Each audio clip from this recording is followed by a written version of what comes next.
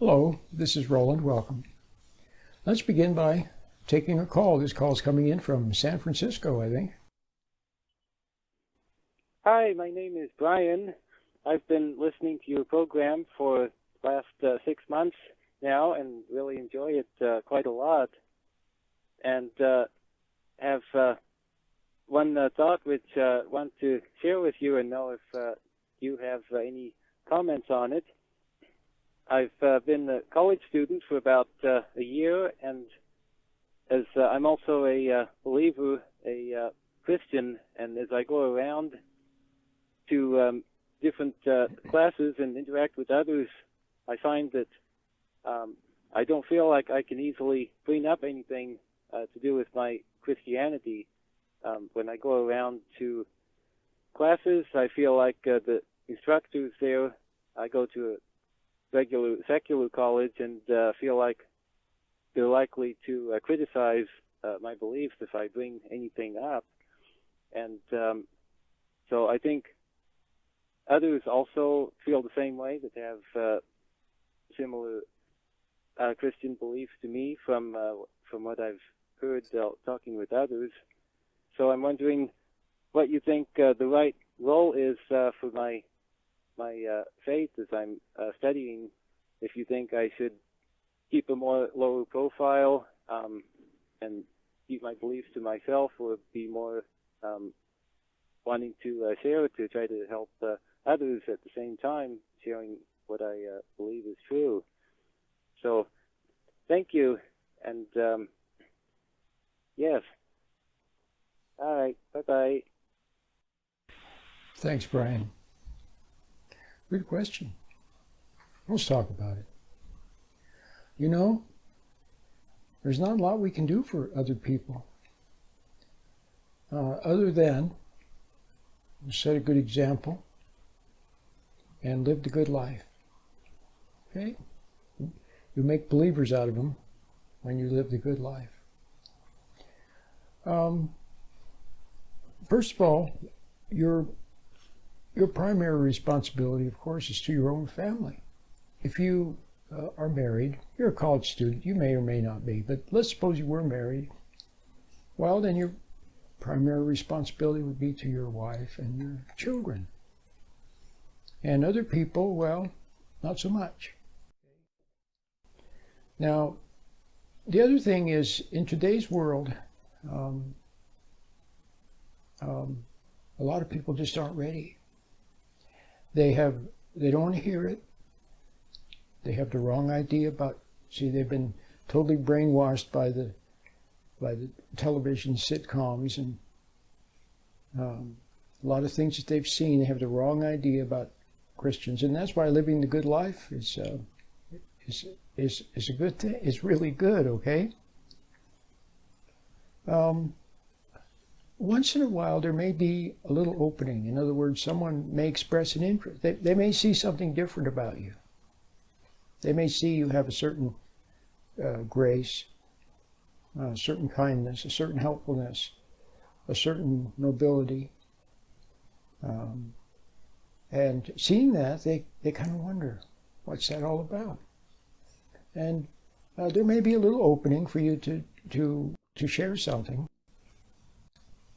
But you see, the problem is that a lot of people, another thing that's happened is that they've already had someone pressure them. See, in other words, let's say a large percentage of people, okay, first of all, a lot of people, they don't have an interest in it, especially at college age. See, they are idealistic and a certain interest in life and the meaning of life and things like that. Yes, that's true. But on a day-to-day basis, it's kind of like they don't want anybody preaching at them. You know, they don't, you heard someone say, don't preach at me. Don't preach at me, okay? Don't want anybody to preach, because they've had that before. They've had somebody try to push something on them or force them to, or seduce them or trick them, or, pretending to be their friend to try to sucker them in. All these tricks and it's too worldly. See, But they've been approached and they've been turned off. A lot of people have been turned off because the people that they've encountered who claim to be Christians were not really Christians, or not Christian enough, or they were actually wicked people masquerading as Christians. See, wicked people, can actually masquerade as Christians and then try to force something on you, knowing that will turn you off to Christianity. See, so there's not much like I said, there's not much you can say.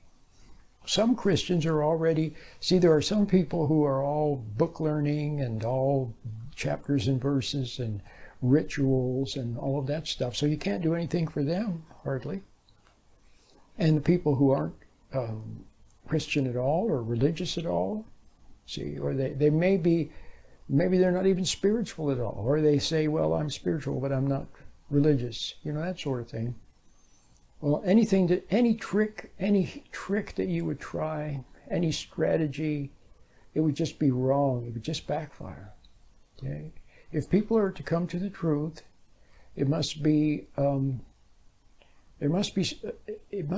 at a very elevated plane, and that would be when their soul is ready to want to find out some real answers. See, for a long time we're not ready, and I don't have a problem with that either. I don't have a problem with people who they want to work, they want to earn money, they want to do things, maybe they want to travel. They're just not ready yet. Okay? But then later in life they will be ready. Okay? Maybe. Some of them may be. So anything that you would try to push on them or force on them or seduce them with or trick them with, or any strategy that you would use, it would have the hand of man in it. It would have the hand of man in it. And that's not good enough. So it has to be when their soul cries out for answers and then begins to search. And then searching, they may find someone who's forthright and who represents the good spirit. See, that's the thing. But where do you find such a person? See? Where do you find such a person? The Paul, the Timothy, the Christ, you see? Or the Moses, the David, the Isaiah. Where do you find such people? The Ruth. See, where do you find them? Well, they are there. But they're not going to be out there trying to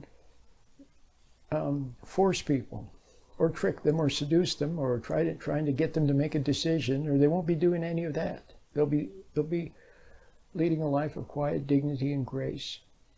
And action speaks volumes, So if you just lived a good life, kind, fair, courageous, forthright, not trying to fool people, honest, things like that. But that will speak volumes. Okay. Well, I hope that's of some help to you. And also with your own family, I have to say this. With your own family, you don't want to force anything on your own family either. See, especially as a father. You set a good example. You have a keen eye for what's right and not right, and you stand for something. That's the main thing. You stand for something, and you look to your Creator first. You look within. You look within for answers, and you don't rely on other people or your wife. You don't look to your wife for support. You look within to your comfort, to your Creator for comfort, for assurance, and not to the world or to your wife. Okay? So then that otherworldliness, that independence, that standing for principle, that love of what's right, and the good spirit within you. See, if you have a good spirit, then you can point things out, but you'll always have a twinkle in your eye. You'll have a twinkle in your eye. See, not anger, not rigidity. Okay? You'll find the way. See, you will find, if you have a good spirit, you will find a way to ever so gently, and without trying to make it happen, okay, introduce people to what you love. But then, here's the thing, don't expect anything. Don't expect them to admire you or respect you or like what you, or believe what you say.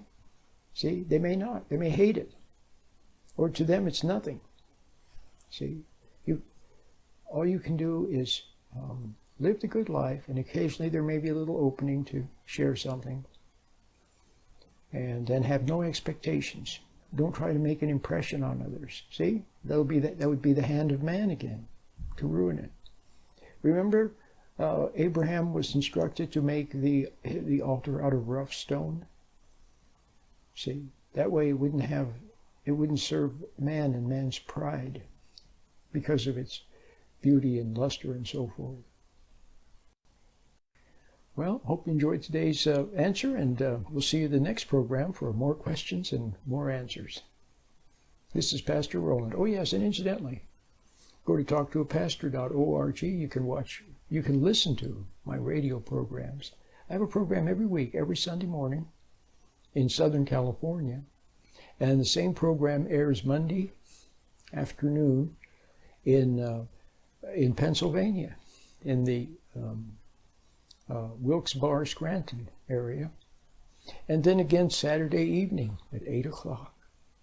Okay, it's in the Scranton, Wilkes-Barre area.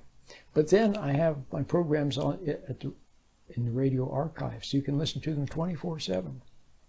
Okay, new program every week, new questions every week.